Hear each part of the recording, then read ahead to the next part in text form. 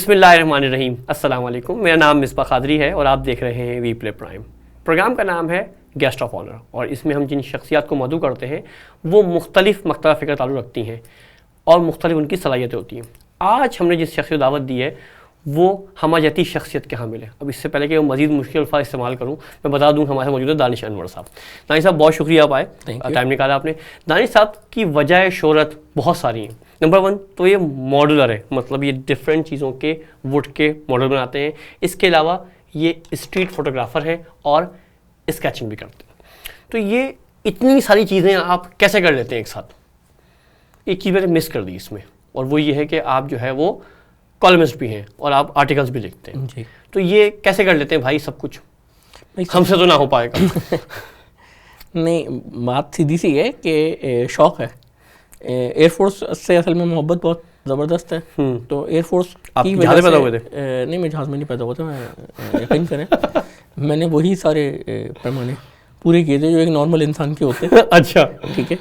बाकी ये है कि हवाई जहाज़ पसंद थे तो ज़ाहिर बात है हवाई जहाज़ बनाने शुरू किए, क्योंकि वो मॉडल्स वगैरह जो नॉर्मली हम लोगों को मार्केट में नहीं मिलते। कौन से वाले हवाई जहाज़ पसंद है आपको, उड़ने वाले या वो वाले जो कि ईसा नगरी के पास बैठे हुए होते हैं? नहीं, ईसा नगरी वाले मॉडल्स की बात नहीं हो रही। अच्छा, उनके मॉडलर्स जो होते हैं वो नॉर्मली बहुत बड़े ताकतवर लोग होते हैं, उनकी बात नहीं कर रहा मैं। उनके बतन मुख्तलिफ किस्म के ताकतवर लोगों की बात कर रहा हूं। अच्छा। तो बस ये है कि एयरफोर्स में दिलचस्पी बहुत ज़्यादा थी। ठीक है। तो जो जहाज़ हमें पसंद होते थे वो मार्केट में मिलते नहीं थे, तो हमने कहा कि भाई ये काम किया जाए। जगह थी घर में पार्किंग की? हाँ, तो हम वो मिलते ही नहीं थे, मार्केट में दस्तयाब नहीं होते थे। अच्छा। अब जैसे लड़ाका तैयारे जो पसंद है नॉर्मली, जैसे सेबर है, जैसे F6 है, तो ये नॉर्मली अब नहीं मिलते, मतरूक हो चुके। तो ये हमने सोचा कि हम खुद ही बना लें। तो हमने खुद ही रिसर्च की, इसके ऊपर सारा काम किया। इंटरेस्ट था, स्केचिंग का भी इंटरेस्ट था, तो ज़ाहिर बात है एविएशन आर्टिस्ट भी कह सकते हैं किसी हद तक हो गया मैं। तो एविएशन वगैरह के ऊपर काम किया थोड़ा सा। फिर स्ट्रीट फोटोग्राफी का भी ऐसे ही था कि मोबाइल लेके जब हमने अपने शहर की बिल्डिंगें देखी तो हमने कहा कि भाई इससे तो अच्छी खासी फोटोग्राफी हो सकती थी, हमने वो काम भी किया। गुड। कितना अर्सा हो गया आपको ये सब काम शुरू किए भैया? सबसे पहले कौन सा काम शुरू किया था आपने? भाई सबसे पहले तो ड्राइंग शुरू की थी। ड्राइंग बनाता रहता था घर की दीवारों पे? नहीं, सब बातें नहीं बता सकता क्योंकि उसके बाद फिर मेरी पिटाई वगैरह की बातें भी आ जाएंगी। मैं बिल्कुल भी इसके मूड में नहीं हूँ। राइट। हाँ, मशहूर ज़्यादा हो जाऊँगा, उससे मुझे पता है, लेकिन ये ख़तरनाक भी हो जाएगा। बहरहाल ये है कि ड्राइंग वगैरह बनाता था। जंग जदल के मनाजिर होते थे मेरी ड्राइंग्स वगैरह में, लेकिन वो बहरहाल वक्त के साथ साथ थोड़ी सी समझबूत आती चली गई, जंग जदल हटता चला गया, फिर और दीगर आर्टिस्टिक क्रिएटिविटी भी आती चली गई। बिल्कुल। तो फिर उसके बाद काफ़ी सारे काम किए, काफ़ी सारी चीज़ें बनाई, काफ़ी सारी पेंटिंग्स बनाई। पहली स्केच ऐसी कौन सी बनाई जिसको आपको देख के खुशी हुई, सेटिस्फेक्शन हुई, क्या बना लिया है मैंने? कभी ऐसा फील हुआ? मैंने एक बनाई थी, 8th क्लास में था मैं, वो मुझे बहुत पसंद थी अपनी। क्या F16 बनाया था मैंने एक। अच्छा। हाँ। और पहला मॉडल किस चीज़ का बनाया था? पहला मॉडल मैंने लकड़ी से F104 का बनाया था। स्टार फाइटर एक अमेरिकन एयरक्राफ्ट है। ठीक है। 65 और 71 में पाकिस्तान एयरफोर्स ने यूज़ किया है। वो बहुत ज़बरदस्त हवाई जहाज़ हुआ करता था। अच्छा, मैं एक बात बताऊँ, दानिश साहब की बड़ी नॉलेज है वेपन्स के बारे में, जहाज़ों के बारे में, टैंक के बारे में और हिस्टोरिकल जंगी वाक़यात के बारे में। जी, तो कंटिन्यू कीजिए। पहला मॉडल क्या बनाया आपने? पहला मॉडल मैंने लकड़ी से तो बनाया था, जो F104 था, स्टार फाइटर। और ये किस सन की बात है? ये होगा 2007-2008 की बात है। अच्छा, ठीक है। वैसे उससे पहले मैं जो ना कार्डबोर्ड से मॉडल बनाता था, उससे बहुत पहले से बना रहा था। मतलब जब मैं 4th क्लास से मैंने शुरू कर दिया था। जब मैं 4th क्लास में होता था तो मैंने कार्डबोर्ड से बनाने शुरू कर दिए थे, और मैं काफ़ी सारे बनाता था। नॉर्मली F16 सब ज़्यादा प्रेफर करता था, F16 चाहता था F16 बनाना। F16 बनाने में बहुत मुश्किल एयरक्राफ्ट है। यानी लकड़ी से भी अगर आपको बनाना हो तो आपको बहुत ज़्यादा सोचना पड़ता है। बहुत सारे मॉडलर्स जो हैं F16 को हाथ लगाते हुए सोचते हैं कि अगर हम ये बना रहे हैं तो इसमें अप टू द मार्क और बहुत ज़्यादा करीब लाना बहुत मुश्किल काम होगा। वजह क्या है उसकी? उसका शेप डेफिनेटली। वो एक ऐसा शेप है उसका कि उसको हम प्योरली जो है ना राउंड मॉडल बॉडी भी नहीं कह सकते हम उसको प्रॉपर्ली। वो एक बहुत ब्लेंडेड विंग किस्म का एयरक्राफ्ट है, कॉम्प्लेक्स शेप है उसका। हाँ, वो जैसे हम लोग इस हवाई जहाज़ की अगर बात करें तो ये ग्राउंड बॉडी एयरक्राफ्ट है, बिल्कुल ठीक है। तो हमें ये नज़र आ रही है कि इसकी सेंट्रल लाइन जो फ्यूज़लाज है सेंटर में, वो बहुत क्लियर और बहुत वाज़ेह है, ठीक है। F-16 का जो शेप है ना, वो कुछ इस तरह का है कि उसके विंग्स बहुत ब्लेंडेड है, यानी बॉडी और के साथ ही बिल्कुल ब्लेंडेड इस तरह से हैं, तो वो अलग से हैं भी और नज़र भी नहीं आ रहे। वाह, खूब पर्दा है कि चिलमन से लगे बैठे। बिल्कुल जी, तो वो बनाना एक मुश्किल काम है। बहरहाल एक खूबसूरत चीज़ बनाई अमेरिकन्स ने, जिसे F-16 कहते हैं, जिसको F-16, और हमारे पैसे फंसे हैं उस चक्कर में। हमारे पैसे भी फंसे हुए हैं, काफ़ी ज़्यादा फंसे हुए हैं, लेकिन बहरहाल जहाज़ हमें वही पसंद है, तो हम दोबारा चाहते हैं कि दोबारा भी अगर मिल जाए तो हम और ले लें। बुरा नहीं है। तो सबसे पहले क्या करने का ख्याल आया आपको? आपने पहले स्केचिंग शुरू की या मॉडलिंग शुरू की? स्केचिंग पहले से कर रहा था, तस्वीरें वगैरह पहले से बना रहा था। किससे इंस्पायर होकर आपने काम शुरू किया? तस्वीरें वगैरह असल में मेरे ताया बनाते थे, लेकिन मैंने उनको खुद अपनी ज़िंदगी तस्वीरें लेकिन मैंने उनको खुद कभी देखा नहीं। वो मेरी बर्थ से बहुत पहले डेथ हो गई थी उनकी, लेकिन ये शायद मेरे बाय ब्लड आया कि मैंने तस्वीरें वगैरह स्केचिंग वगैरह शुरू की।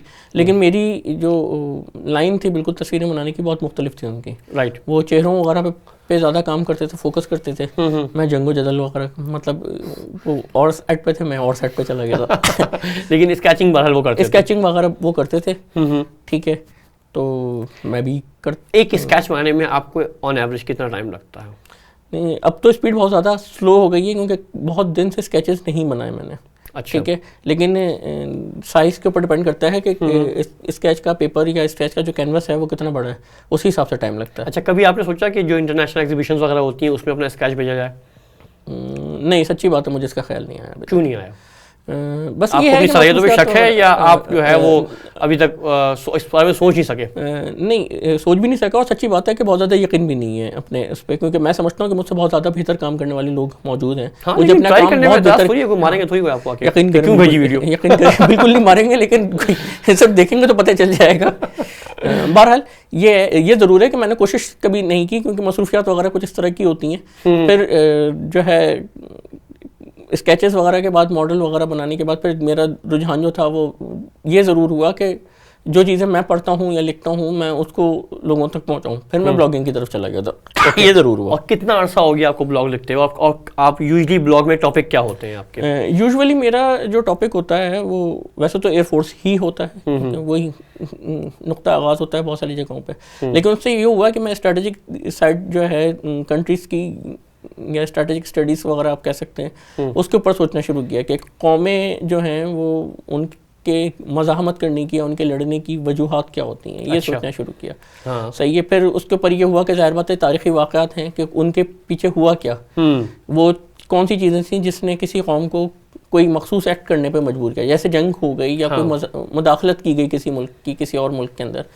तो वो क्यों हुई। अच्छा, हम अक्सर बेशतर नाम सुनते हैं प्रेस कॉन्फ्रेंस में, 5th जनरेशन वॉर, तो आप डिफाइन कर सकते हैं ये जनरेशन 5th जनरेशन वॉर क्या होती है, या उससे पहले 1st, 2nd, 3rd, 4th क्या क्या है? देखें, ऐसा है कि जंगों के तरीक़ेकार के ऊपर बात है कि जंग लड़ी कैसे जाती है। देखें, अगर हम लोग वो बहुत अर्ली एजेस की बात करते हैं, वो जी पत्थर वगैरह से भी लड़ते थे लोग, और फिर उसके बाद तलवारों वगैरह का इस्तेमाल शुरू हुआ। जब हम फर्स्ट वर्ल्ड वॉर की बात करते हैं ना, तो वो एक चीज़ ऐसी है कि उसको हम नई इस्तिलाह में या नई मॉडर्न वॉरफेयर में हम उसको 1st जनरेशन वॉरफेयर का कहते हैं, जिसमें वो सीन कुछ इस तरह से होता था कि हमलावर और जो दफा करने वाले होते थे दोनों खंदकों में लड़ रहे होते थे, एक दूसरे पर हमला कर रहे होते थे, फायरिंग कर रहे होते थे, खंदकों से निकल के खंदकों की तरफ जा रहे होते थे। ठीक है, उसमें शहरों को नुकसान बहुत कम होता था, मतलब किसी ग्राउंड में आगे किसी खुली जगह पे आगे लड़ते थे। बिल्कुल बिल्कुल। लेकिन हम लोगों ने देखा 2nd वर्ल्ड वॉर में ये स्केल बहुत बड़ा हो गया। अब मामला जो थी वो बड़े बड़े शहरों तक पहुंच गए, लड़ाइयाँ यानी फतूहात, जैसे अगर हम लोग बर्लिन की फॉल को या हम स्टालिनग्राड के इर्द गिर्द जो लड़ाई है उसके बारे में सोचते हैं, शहरों का यानी कहते हैं ना कि बिल्कुल हुस्न बिखर कर रह गया इन लड़ाइयों में, इन जंगों में। इंसानी खून इसके अलावा काफ़ी ज़्यादा बहा। ठीक है, फिर हम ये देखते हैं कि कोल्ड वॉर का एक ज़माना आ जाता है, जो 3rd जनरेशन हम लोग कह सकते हैं। उसमें जो ना जंगें भी हुई, लेकिन उनका स्केल पहली जंग अज़ीम या दूसरी जंग अज़ीम जैसा नहीं था, लेकिन हाँ उससे काफ़ी कम था, लेकिन नुकसानात बहरहाल किसी सूरत किसी जंग से कम नहीं थे, क्योंकि ज़ाहिर बात है इकोनॉमिक वॉरफेयर भी उसमें चलता रहा। तो ये एक थर्ड जनरेशन वॉर थी। बेसिकली इकोनॉमी को हर्ट करना जो है, इकोनॉमी को हर्ट करना, कोल्ड वॉर का बेसिक प्रिंसिपल था। फिर फोर्थ जनरेशन वॉरफेयर, जिसका सबसे ज़्यादा हम लोगों को सामना रहा कि अफगानिस्तान के अंदर प्रॉक्सीज को इस्तेमाल किया गया पाकिस्तान के खिलाफ, ये फोर्थ जनरेशन वॉर थी। बस फिर सीन ये था कि हम लोगों ने बहरहाल उस जंग से हम बहुत कामयाबी से निकले थे और हमें एक्सपीरियंस था। तो अब सीन कुछ इस तरह से है कि फोर्थ जनरेशन वॉरफेयर को ज़्यादा मल्टीप्लाई कर दिया गया इकोनॉमिक फ्रंट के साथ भी और प्रॉक्सीज के साथ भी। तो ये फिफ्थ जनरेशन की तरफ चला गया मामला। ठीक है, नॉर्मली हमारे बाज़ दोस्त ये कहते हैं कि जी ये पाकिस्तान के किसी मखसूस इदारे की या मखसूस सोच केस से इस तला आई है। ये एक इंटरनेशनल टर्म है और इंटरनेशनली इसके ऊपर पेपर्स भी हैं, इसके ऊपर काम भी हो रहा है, आर्टिकल भी लिखे हैं, आर्टिकल लिखे जा रहे हैं, इसके ऊपर काम हो रहा है, बाकायदा किताबें आ रही हैं। तो ये नहीं है कि ये सिर्फ एक हमारी मखसूस सोच की वो है। ज़ाहिर बात है हम जिस जो पोलिटिकल सिचुएशन में हम रहते हैं, पाकिस्तानी रहते हैं, हम लोगों को तो ज़ाहिर बात है जंग जदल से सामना रहेगा, क्योंकि मुल्क हमारा बहुत छोटा सा है। हमारे ऊपर सर पे नॉर्थ में हमारी 2 सुपर पावर्स रहती हैं, तो ज़ाहिर बात है जो तीसरी सुपर पावर 7 समंदर पार अमेरिका है, उसके साथ मसला रहता है इस इलाके में, रीजन में। अच्छा, बतौर मॉडलर या बतौर स्केच डिज़ाइनर आपको ज़ाती तौर पे सबसे अच्छा एयरक्राफ्ट, फाइटर एयरक्राफ्ट कौन सा लगता है? मैं भाई असल में 10-15 एयरक्राफ्ट का ज़बरदस्त किस्म का आशिक हूँ, तो मैं ये नहीं कह सकता मतलब किसी के रंगीन तीसरी शौदी पे एतराज़ कर रहे हैं और आप जहाज़ों पे 15-16 से कम पे बात ही नहीं कर रहे। असल में उसका जो है ना वो किसी मुक़द्दस सहीफ़े में उसका जिक्र नहीं है कि मैं कितने जहाज़ पसंद कर सकता हूँ, तो मैंने उसकी लिमिट नहीं बनाई। फिर जहाज़ नज़र आते गए और इश्क होता गया, कुछ जहाज़ बनाए, कुछ इश्क किया वाला मामला। बिल्कुल। और फिर भी कौन सा जहाज़ ऐसा है? मतलब भाई F-16 तो चार, हम इमाम हनफी की बात कर लेते हैं, 4 जहाज़ बता दें आप। अच्छा, फ़िक़्ह दानिशिया जो है इसमें हवाई जहाज़ों के हिसाब से वो तो कहता है कि बेहिसाब है, लेकिन बहरहाल मैं कहता हूँ कि F-16 मुझे सबसे ज़्यादा पसंद है। ठीक है, F-16 कोल्ड वॉर का एयरक्राफ्ट है, 71 में डिज़ाइन किया गया था, उसके ऊपर काम शुरू हुआ था, 74 में उसने पहली फ्लाइट ली थी और इस तरह की सारी सिचुएशन है। 80s में हमारे पास आया था और हमने काबुल में जब ये सोवियत आए हुए थे तो हमने अफगान वॉर में, सोवियत अफगान वॉर में इस्तेमाल किया। फिर हम लोगों ने देखा कि बाद में भी जब इंडिया के साथ हमारे मामला हुए तो हमने वहाँ पर भी इस्तेमाल किया, तो एक सक्सेसफुल किस्म का हमारे लिए एक चीज़ है, तजर्बा भी हो गया उस पर। फिर मुझे F-86 सेबर बहुत पसंद है। 65 और 71 की वॉर में हम लोगों ने बहुत आराम से इस्तेमाल किया, बहुत सुकून से इस्तेमाल किया। 71 में ही हमें एक और तैयारा मिल गया था चाइना से, जो हमारे उसमें पहला लड़ाका तैयारा हम लोगों ने इस्तेमाल किया था। ये देख सकते हैं, ये इसका मॉडल बनाने की वजह यही थी कि इसका मॉडल आराम से मिल नहीं रहा था मुझे। अच्छा, तो F-6 मेरा बहुत फेवरेट एयरक्राफ्ट है। फिर एक पैसेंजर एयरक्राफ्ट होता था, कार्गो एयरक्राफ्ट होता था, जिसको हम डकोटा के नाम से याद करते हैं। हाँ, 2 इंजनों वाला एक तैयार होता था, ये मुझे बहुत पसंद है। उसका खासियत उस जहाज़ की ये थी कि वो उन चंद जहाज़ों में था जो बहुत अरसे तक इस्तेमाल होते रहे, बाद में भी और अभी भी वो मॉडर्नाइज करके इस्तेमाल हो रहे हैं। वो टर्बोप्रोप की तरफ चला गया पिस्टन इंजन से। तो ये सारी सिचुएशन। आज के दौर में सबसे फेवरेट एयरक्राफ्ट कौन सा है आज के सब इतने मॉडर्न दौर के अंदर? F-16 और F-17। वजह अनडाउटेडली उनके शेप, जैसे ख्वाहिश होती है कि इनको कभी लड़ते हुए देखें तो और ज़्यादा लुत्फ़ आए, क्योंकि ज़ाहिर बात है हमने पेंटिंग्स देखी हुसैनी साहब की, उसमें हमें F-86 सेबर नज़र आया, मेराज नज़र आया, F-6 नज़र आया, लेकिन अब ख्वाहिश है कि अब F-17 भी नज़र आए। अच्छा, आप आर्टिकल्स भी लिखते हैं और आपके जो ब्लॉग्स हैं या आर्टिकल्स हैं उसका असल मौजू क्या होता है?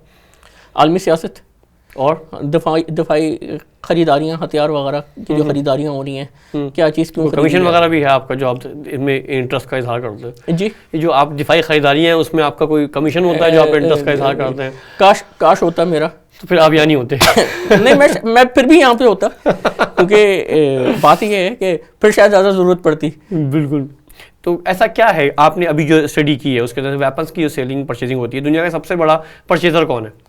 भाई सबसे ज़्यादा इस वक्त जो हम जिसको देख रहे हैं वो इंडिया एक बहुत बड़ा परचेजर के तौर पे सामने आया हुआ है। और सबसे ज़्यादा सेलर कौन है? अमेरिका है। अच्छा, तो बाकी ममालिक क्या कर रहे हैं फिर? बाकी ममालिक भी अपने अपने हिसाब से कोशिश कर रहे हैं। चाइना एक बहुत बड़ा एक्सपोर्टर है वेपन्स का, हम भी एक परचेजर हैं, लेकिन हमारी परचेजिंग अब बहुत कम हो गई है। हम बहुत हद तक खुद किफ़ालत की तरफ जा रहे हैं। हम कोशिश हमारी ये है, क्योंकि हमारी इकोनॉमी इतनी बहुत तगड़ी नहीं है, बहुत अच्छी नहीं है, हमारी कोशिश ये है कि हम डोमेस्टिकली चीज़ें बनाएं या हम उनको कम से कम इस लेवल तक ले जाएं कि अगर हम कहीं से ले भी रहे हैं तो अगर हम कोई निस्बतन आउटडेटेड वेपन भी ले रहे हैं तो उसको अपने हिसाब से मॉडिफाई कर दें जो मॉडर्न वॉरफेयर में हम लोग इस्तेमाल कर सकें। आजकल की जो पॉलिटिकल मतलब साइंस है या जिसमें जो वॉरफेयर है उसमें हम देखते हैं अब जंगें बहुत कम हो रही हैं, तो फिर ये इतना बड़ा असला क्यों कई जगह बेचा जा रहा है? देखें, एक तो ये है कि इसका जवाब सीधा से ये है कि तैयारी हर कौम रखना चाहती है अपनी, जंग करना ना करना एक और बात है।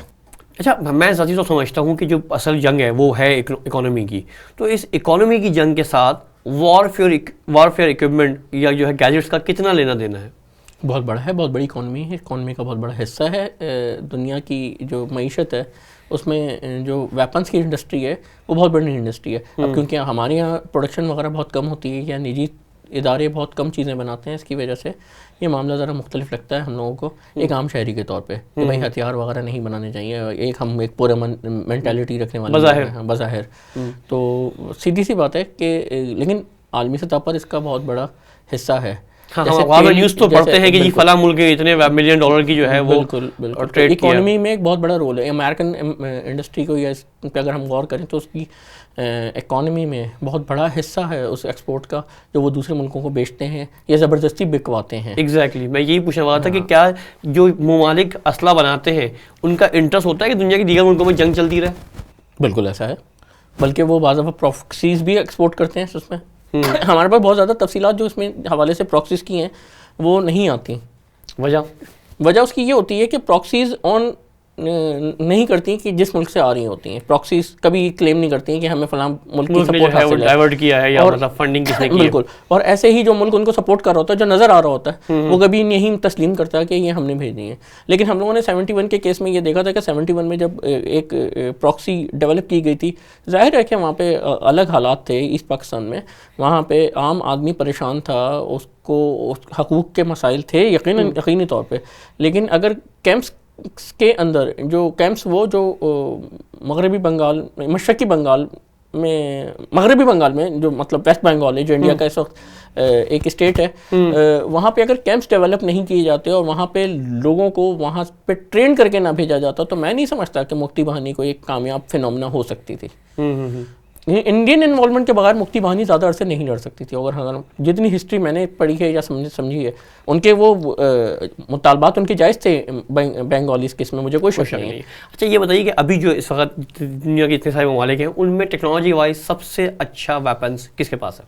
अमेरिकन वेपन्स हैं नॉटली। इस वक्त अमेरिकन वेपन्स बहुत बेस्ट हैं, लेकिन बहुत ज़्यादा करीब आ चुके हैं चाइनीज़, इनके बहुत ज़्यादा करीब आ चुके हैं। लेकिन चाइनीज़ से तो 1955 के बाद से कोई जंग नहीं लड़ी। चाइना जंग नहीं लड़ता, लेकिन चाइना वेपन्स बनाता है, डेवलप करता है, एक्सपोर्ट अच्छा उसका वो है, और उसके वेपन्स एक्सपोर्ट करवाने में सबसे अहम रोल जो है वो पाकिस्तान का है, बहुत सारे एंगल्स की वजह से। अच्छा। हम उनके वो तैयारी भी बिकवा दिए जो कोई नहीं खरीद रहा था उनसे। अच्छा ये बताइए आज के दौर में सबसे अच्छा टेक्नोलॉजिकल लिहाज से कौन सा जहाज़ है? F-22 Raptor. क्या फीचर्स हैं उसके? स्टेल्थ एयरक्राफ्ट है बेसिकली। स्टेल्थ एयरक्राफ्ट ये होता है कि दुश्मन की यानी सरजमीन के ऊपर आप आराम से दाखिल हो सकते हैं, रडार आराम से ट्रैक नहीं कर सकते, बहुत लो सिग्नेचर होता है, रडार सिग्नेचर होता है जो आम रडार से बाज़ दफ़ा इग्नोर भी हो जाता है। आम जो ऑब्जर्वेंट होता है वो उसको नहीं देख पाता बाज़ दफ़ा।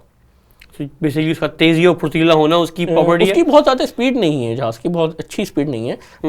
हम ये कह सकते हैं बस मुनासिब स्पीड है उसकी, जो इस वक्त रवायती तैयारों की स्पीड होती है। स्पीड बहुत ज़्यादा नहीं है, लेकिन इसका जो बॉडी है, उसका जो जैसे ब्लेंडेड होना बॉडी का, जैसे मैंने थोड़ी देर पहले F-16 का बताया था, F-16 स्टेल्थ एयरक्राफ्ट नहीं है, लेकिन उसके अंदर फीचर्स हैं किसी हद तक स्टेल्थ एक बॉडी जो होती है जहाज़ की। ठीक है, अब आते हैं आपकी जो है वो फोटोग्राफी की तरफ।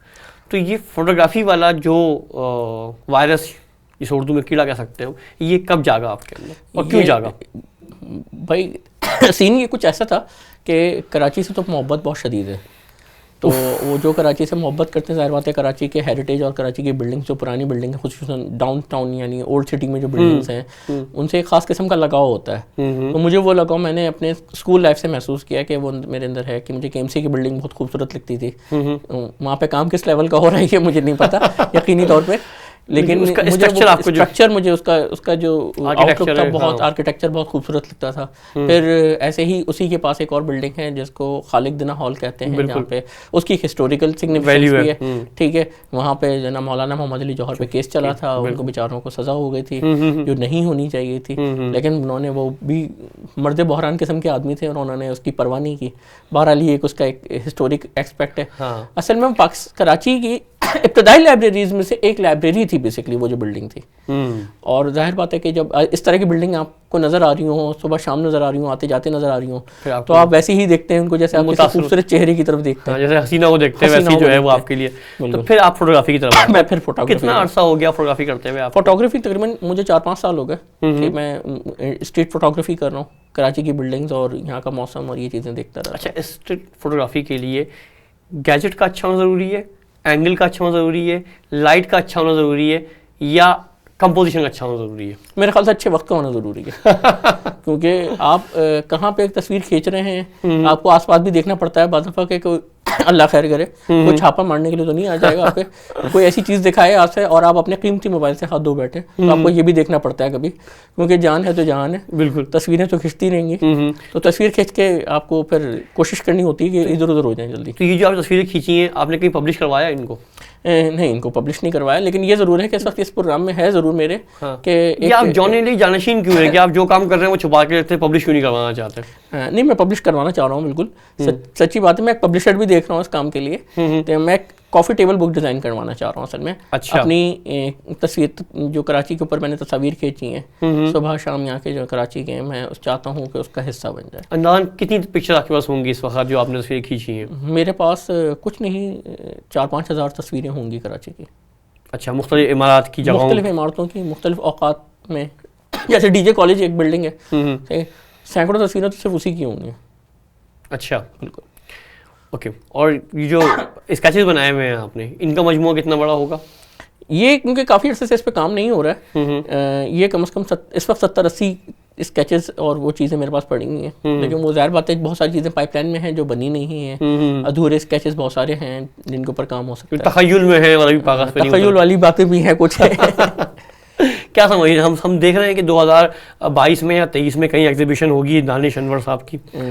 आई विश कि एग्जीबिशन हो, इंशाल्लाह। अभी 27 फरवरी भी आ रहा है, तो 27 फरवरी में मेरी कोशिश होगी कि 14 फरवरी भी आ रहा है। 27 फरवरी की बात इसलिए कर रहा हूँ क्योंकि हमने किसी को चाय पिलाई थी, उसका तैयारा रखवा के। बिल्कुल, बड़ी महंगी चाय थी, बहुत महंगी चाय थी उसको। उसके बाद ये हुआ कि उसको बेचारे को कैमरा भी नहीं फेस करने देते जालिम लोग। लेकिन वहाँ तो उनको अवार्ड मिला है परफॉर्मेंस के ऊपर। बस अवार्ड लेने का और इधर उधर हो जाने वाला सीन हुआ था उनके साथ। उसके बाद उन्होंने कभी, हमने नहीं देखा कि उनको कभी पब्लिकली लेकर आए। जैसे हम अपने स्टार्स को दिखाते हैं या हम अपने फाइटर पायलट्स को हाईलाइट करते हैं, जैसे हमने अपने फाइटर पायलट हसन सिद्दीकी या नौमान साहब को हाईलाइट किया, बाकायदा शो में बुला के उनको बताया उन्होंने कैसे मिशन किया था। लेकिन इंडियंस का मुझे ऐसा मामला नहीं लगता। ऐसा लगता है कि जैसे शर्मिंदगी या छेप जो है वो छुपाने की कोशिश की जाए। अच्छा, वर्ल्ड पॉलिटिक्स पे आप काम करते हैं, आपके ख्याल में इस वक्त सबसे बेहतरीन पॉलिटिशियन कंट्री कौन है? पॉलिटिशियन? हाँ, बतौर पॉलिटिकल पॉलिसीज इसकी बड़ी शानदार होती हैं जो इंटरनेशनल पॉलिटिक्स करता है। देखिए, आम आदमी क्या चाहता है कि जो आम आदमी के लिए जिसकी पॉलिसी सबसे अच्छी, मुझे तो न्यूजीलैंड की प्राइम मिनिस्टर अच्छी लगती हैं या फिर कैनेडियन प्राइम मिनिस्टर अच्छे लगते हैं। ठीक है, तो मुझे वही लोग दोनों पसंद हैं जो आम आदमी के लिए काम कर रहे हो। नहीं, मैं बात कर रहा हूँ इंटरनेशनल पॉलिटिक्स की। क्या आप अपने मुल्क की प्रोडक्ट्स को हाईलाइट करवाते हैं, आप पॉलिटिकल गेम खेलते हैं, किसी इकोनॉमी को हर्ट करते हैं, अपनी इकोनॉमी ऊपर लेके जाते हैं? देखिए, वो लोग मुझे पसंद नहीं है नॉर्मली जो दूसरों के मामलात में मुदाखलत करते हैं। तो अमेरिका इस वक्त बहुत ज़्यादा मुदाखलत कर रहा है बहुत सारे मामलात में। वो हमें सी पैक बनाने से भी वो हमारे परेशान हो रहा है। तो ये थोड़ा सा मुझे अजीब लगता है कि भाई तुम अपने मुल्क में खुश रहो और हमें भी जीने दो। तो वो कोलंबस की जो गलती है ना, वो हमें आज तक भुगतनी पड़ रही है। वो अगर नहीं डिस्कवर हुआ बेगम उसको रोक लेती। हाँ बिल्कुल, ये कोलंबस ने बहुत जुल्म किया। तो इंडिया का क्या रोल देखते हैं इस वक्त आप करंट इस खित्ते की पॉलिटिक्स? इंडिया वाले इस वक्त खामोश हुए हैं काफ़ी ज़्यादा। इंडिया वाले बोल कम रहे हैं। इंडिया वाले, उनको परेशानी ये है कि उन्होंने जो ना काफ़ी बड़ी थोड़ी बातें कर ली। उन्होंने कहा कि एक वक्त में दो महाज खोलेंगे, पाकिस्तान को भी मारेंगे, चाइना को भी मारेंगे। लेकिन चाइना ने उनके साथ जो गलवान वैली और नॉर्दर्न एरियाज में उनके साथ कर रखा है, उसमें वो पोजीशन में है ही नहीं कि वो ज़्यादा बात कर सकें। हालांकि उन्होंने राफेल ख़रीद लिए, फ्रांस से राफेल ख़रीद लिए, उनकी नेवी बहुत तगड़ी हो गई, सब कुछ हो गया। लेकिन जिस तरह से चाइना ने उनको जगह जगह जा बजा घेर लिया, जैसे श्रीलंका में कैंप ले लिया, बेस ले लिया, बांग्लादेश में भी उनके अच्छे ताल्लुकात हैं, भूटान में घुस गए, नेपाल में घुस गए, तो जिस तरह से उनके उसमें हुआ है, घेरा डालकर बैठा हुआ है चाइना, उनके लिए ईजी नहीं है कि वो जंग जीत सकें। ये जंग में कोशिश करेंगे, हमने जंग करनी है इनके साथ, इसका कोई ख्वाहिश नहीं है, बस एक मजबूरी है जिसकी वजह से अमेरिका उनको बार बार उकसाता है। लेकिन जंग करना तो हमेशा नुकसान साबित होता है, फिर ममालिक क्यों जंग में कूदते हैं? देखिए, जंग तो होती ही जब है जब आप बातचीत नहीं कर पा रहे होते, जब आपकी इकोनॉमी वगैरह को के लिए ज़रूरत होती है, ठीक है। हम लोगों ने क्यों जंग की, ये तो एक मतलब सबको पता है, दूसरी बात है। लेकिन ये बड़ी सीधी सादी सी बात है कि जंगें होनी नहीं चाहिए, ठीक है।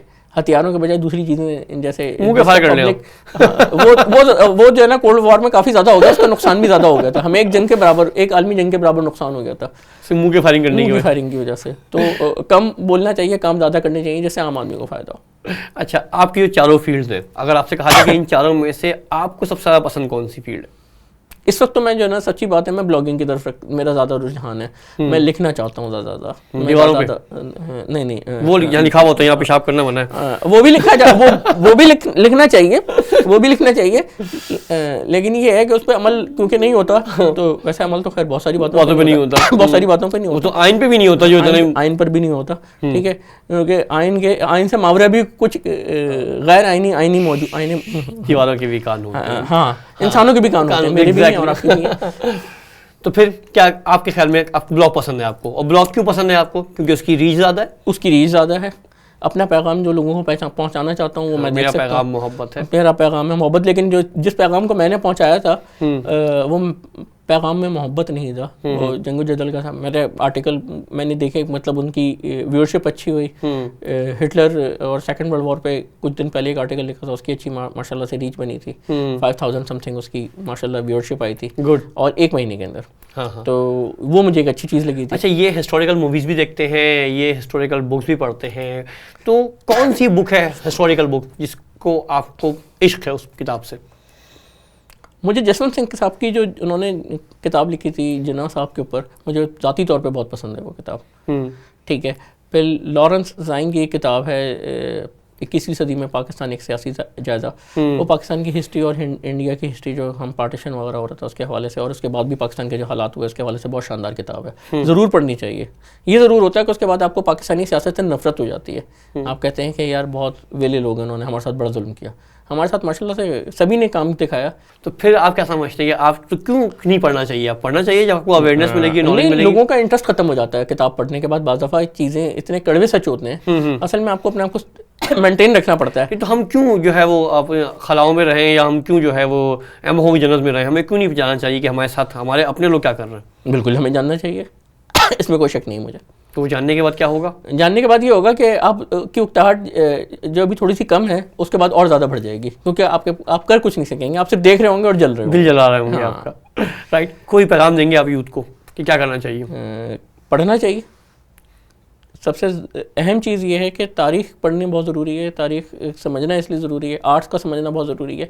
आर्ट्स का समझना इसलिए ज़रूरी है क्योंकि आपको इंसानी फितरत के बहुत सारे मामला समझ में आ जाते हैं। बहुत सारी चीज़ें जो आपको, जैसे एक तस्वीर है, जैसे कहा जाता है कि एक तस्वीर जो है वो 1000 लफ्ज़ों से भारी होती है, तो एक तस्वीर अपना किरदार अदा कर सकती है, कलम अपना किरदार अदा कर सकता है, कैमरे अपनी काम कर सकते हैं। तो हमने हर टूल को अपने ज़रूरत के मुताबिक इस्तेमाल करना है। ओके जानी साहब, बहुत मज़ा आया बात करके आपके साथ, लेकिन अब हम खेलेंगे आपके साथ क्विक फायर राउंड। अल्लाह खैर करे। ठीक है जी, आप बताना है कि आपका फेवरेट कलर? ब्लू। क्योंकि आपने पहना हुआ इस वजह से? बिल्कुल। अच्छा, फेवरेट फूड? बिरयानी। फेवरेट शायर? हबीब जालिब। कोई शेर सुना दे हबीब जालिब का? हबीब जालिब का बहुत सारा कलाम पसंद है, ठीक है।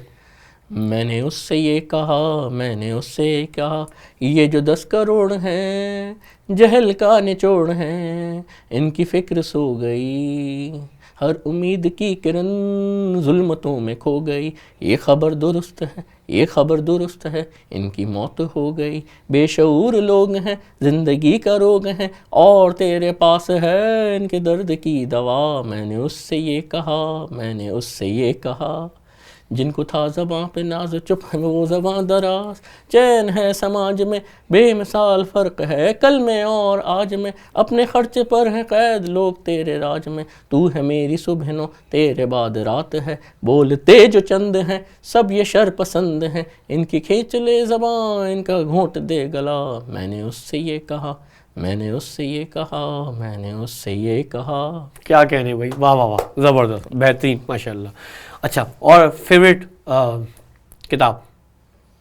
मेरा ख्याल थोड़ी देर पहले बताया था मैंने। हाँ, लेकिन हाँ, मुझे जसवंत सिंह साहब की किताब बहुत पसंद है, जो उन्होंने पार्टीशन के ऊपर लिखी थी, जिसके ऊपर उनके ऊपर जो है इल्ज़ाम भी लग गए थे। हाँ, इसके बाद इंडिया में उन पर तबर्रा भेजने का सिलसिला शुरू हुआ था। बिल्कुल सही है। Favourite singer? Junaid Jamshed. Favourite TV artist? मुझे टीवी आर्टिस्ट बहुत सारे पसंद हैं। मसलन मुझे शबीर जान बहुत पसंद है, मुझे तलत हुसैन साहब बहुत पसंद है, मुझे एक महमूद सिद्दीकी साहब होते थे वो बहुत पसंद है, महमूद अली साहब होते थे पीटीवी के, वो बहुत पसंद है। राहत काज़मी की परफॉर्मेंस बहुत पसंद है मुझे, राहत काज़मी लाजवाब थी। सलीम नासिर, मैं ये कह सकता हूँ कि सलीम नासिर मरहूम, मैं ये समझता हूँ कि उनका जो प्ले था अनकही, हाँ, या उनकी तो परफॉर्मेंस दर्जन पर जो है ना वो गिनवा दी असल में वो मामला वही है, हवाई जहाज़ों वाला ही मामला है। मतलब आप एक आध पे तो आप तवक्कल करते ही नहीं करते हैं, बल्क में चाहिए होगा आपको। बिल्कुल ठीक है। Favourite heroine? फेवरेट हीरोइन, अच्छा इस उसमें मसला ये होता है कि अगर मैं एक हीरोइन का नाम दे दूं तो बाकी बुरा मान जाएंगे, लेकिन मेरी बेगम ज़्यादा बुरा मान जाती है इस मामले में। खैर, मैं ये ज़रूर कहूँगा मुझे विद्या बालन बहुत पसंद है, पाकिस्तान में मुझे सानिया सईद बहुत पसंद है, सकीना समूह की परफॉर्मेंस मुझे बहुत पसंद है, फरियाल गौहर बहुत फेवरेट होती थी किसी ज़माने में मेरी, ज़ाहिर बात है वो एक्टिंग नहीं कर रही, उनकी एक्टिंग बहुत पसंद थी मुझे। गुड है। और फेवरेट प्लेयर, खिलाड़ी किसी भी स्पोर्ट्स का? देखें यार, जावेद भाई और इमरान खान के होते हुए कोई किसी को कैसे पसंद कर सकता है? सोचो जरा यार, बल्ला बल्ला नहीं मार देंगे हम उसको। और सिंगल डबल देंगे? सिंगल डबल भी हो जाएगा, लेकिन ये नहीं हो सकता ना। देखो चेयर भाई रखी हुई है यहाँ पे, हम यहाँ पे सिंगल डबल करेंगे, मुनासिब नहीं लगेगा, लोग कहेंगे क्या कर रहे हो भाई, तुम इंटरव्यू कर लो, तुम यहाँ पे भी सिंगल डबल कर लो।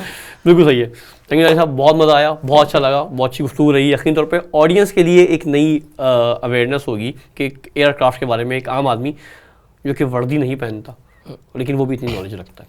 बिल्कुल, ये खैर मेरे साथ अक्सर होता है कि जब मैं पीएफ म्यूज़ियम जाता हूँ और वहाँ पे कभी मुझे कोई चीज़ आउट ऑफ ऑर्डर नज़र आती है तो मैं उस पर काम करता हूँ। वो हैरान होते हैं कि भाई, सबसे पहले उनका सवाल ये होता है क्या आपका कोई एयरफोर्स में है? मैंने कहा नहीं भाई, किताबें पढ़ता हूँ और कोई मेरा कोई कसूर नहीं है। राइट जी नाज़रीन, तो यकीन तौर पर आपको दानिश साहब की सलाहियतों का सुन के और जान के मज़ा आया होगा। नेक्स्ट प्रोग्राम में किसी और कैसे बात करेंगे बैठ के। अपना ख्याल रखिएगा, देखते रहिए वी प्ले प्राइम।